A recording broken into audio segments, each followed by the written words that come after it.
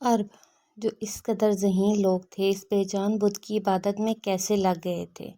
اس بت میں ایسا کیا تھا کہ ان کو پوجنے والوں کی تعداد میں اضافہ ہی ہوتا چلا جا رہا تھا؟ یہ بت عربوں کو ایسا کیا کر کے دکھاتے تھے کہ وہ اس کو پوجنے پر مجبور تھے؟ کیا عزا نامی یہ بے جان دیوی صرف ایک پتھر تھی یا کوئی ماورائی طاقت؟ آج ہم زمانہ جاہلیت میں عربوں کے عظیم بت عزا کی تاریخ اور انجام کو جانیں گے۔ عرب قوم حضرت اسماعیل علیہ السلام کی نسل سے تعلق رکھتے ہیں۔ یہ لوگ پہلے توحید پرست تھے اور دین ابراہیمی پر تھے، لیکن پھر ابلیس نے انہیں کفر و شرک اور بت پرستی میں مبتلا کر دیا۔ مشرکین عرب کے بہت سارے بت تھے، لیکن ان تینوں کی بہت زیادہ اہمیت اور شہرت رکھتے تھے۔ ان کے نام لات، منات اور عزا تھے۔ لات، منات اور عزا کو عرب زمانہ جاہلیت سے ہی پوجتے آئے تھے۔ وہ ان کے آگے قربانی کرتے، ان سے منتیں مانگتے اور ان کا بڑا احترام کرتے تھے۔ عرب لات، منات اور عزا ان تینوں بتوں کو ہی مانتے تھے، لیکن ان تینوں میں سے سب سے زیادہ بلند مقام عزا کو حاصل تھا۔ لفظ عزا عزت سے نکلا ہے، جس کے معنی سب سے زیادہ قابل عزت کے ہیں۔ مشہور عرب قبائل بنو قریش، بنو سلیم، بنو عطفان، بنو ثقیف، بنو کنانہ اور اوس و خزرج عزا دیوی کی پوجا کیا کرتے تھے۔ مورخین نے لکھا ہے کہ لات، منات اور عزا تینوں بہنیں ہیں، جبکہ بعض نے لکھا ہے کہ لات اور منات بہنیں ہیں جبکہ عزا ان دونوں کی ماں ہے۔ مشرکین کے عقائد کے مطابق لات امن و خوشحالی، رحم اور انتقام کی دیوی تھی، جبکہ مسافر اپنا سفر شروع کرنے سے قبل لات سے اچھے موسم اور حفاظت کے لیے دعائیں کیا کرتے تھے۔ لات کے تمام بتوں میں دیکھا گیا ہے کہ اس کے ایک ہاتھ میں کھجور کی شاخ ہوتی ہے اور وہ ایک شیر پر سوار رہتی ہے، جسے عرب اسد العاد کہتے تھے۔ منات کو قسمت، دولت، عزت اور موت کی دیوی مانا جاتا تھا، جبکہ عزا زمانہ جاہلیت کے عربوں کا ایک اہم بت تھا جو طائف کے نزدیک رکھا گیا تھا، اور قریش اس کو بہت زیادہ اہمیت دیتے تھے۔ قریش خانہ کعبہ کے گرد طواف کے دوران بھی ان بتوں کا نام لگا کر نعرہ لگایا کرتے تھے۔ دراصل لات، منات اور عزا کے تین بت خانہ کعبہ میں بھی رکھے ہوئے تھے، لیکن یہ صرف علامتی بت تھے۔ اصل بت جن کے مندر بنے ہوئے تھے وہ ذات عرق کے علاقے میں تھے، جہاں عرب کے دور دراز کے علاقوں کے لوگ آ کر ان کی پوجا کیا کرتے تھے اور چڑھاوے چڑھاتے تھے۔ ان بتوں کے سامنے قربانی گاہیں بھی تھیں، جہاں جانوروں کو ذبح کیا جاتا تھا۔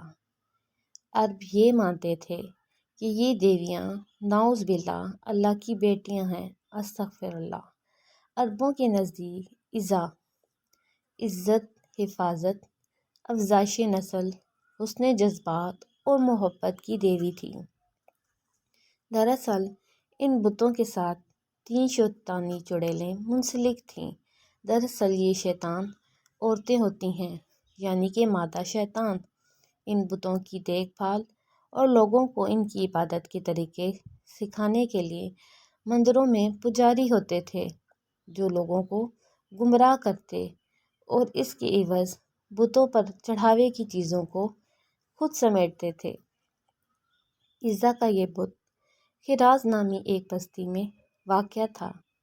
یہ ایک شاندار مندر تھا۔ اس مندر میں دیویا نامی ایک پجاری عزا کی دیکھ بھال اور خدمت کرتا تھا۔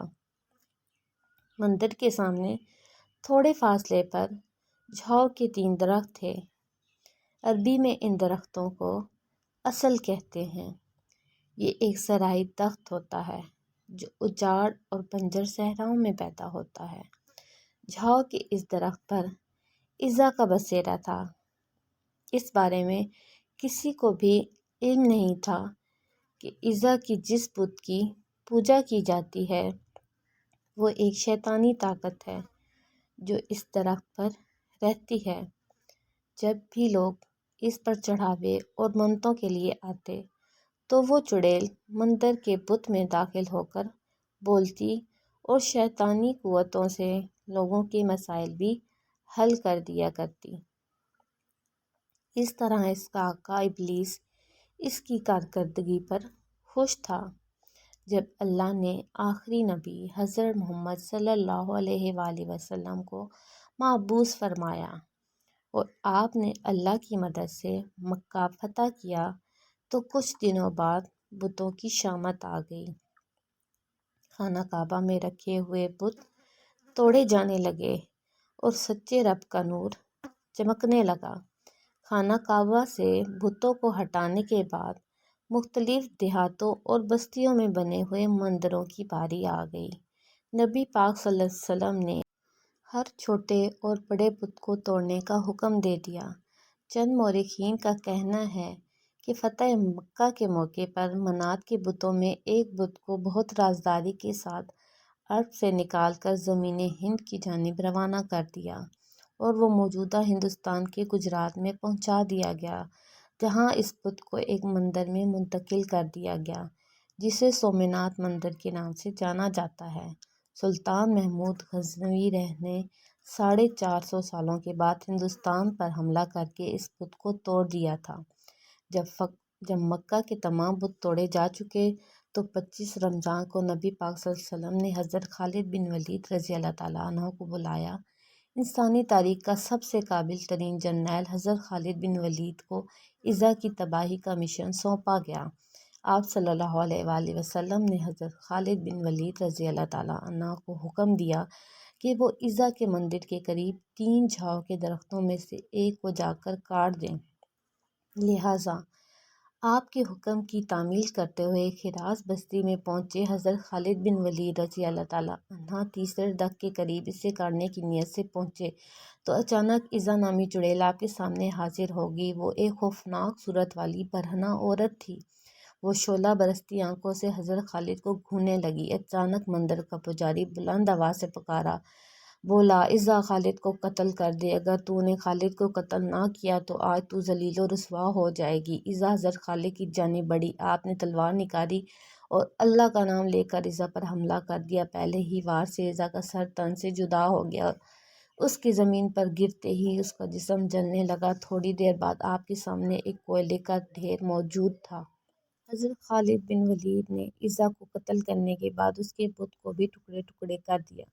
پھر اس کے بعد مندر کے پجاری کو قتل کر کے واپس روانہ ہوئے۔ آپ نے سارا واقعہ حضرت محمد صلی اللہ علیہ وسلم کو سنایا۔ اس پر آپ نے فرمایا، یہ عیسیٰ تھی، اب یہ ہمیشہ کے لیے ختم ہو گئی ہے، اس کی دوبارہ پوجا نہیں ہوگی اور اس طرح صدیوں تک پوجے جانے والی یہ شیطانی طاقت کا خاتمہ نبی پاک صلی اللہ علیہ وآلہ وسلم کے حکم سے سیف اللہ حضرت خالد بن ولید رضی اللہ تعالیٰ عنہ کے ہاتھوں سے ہوا۔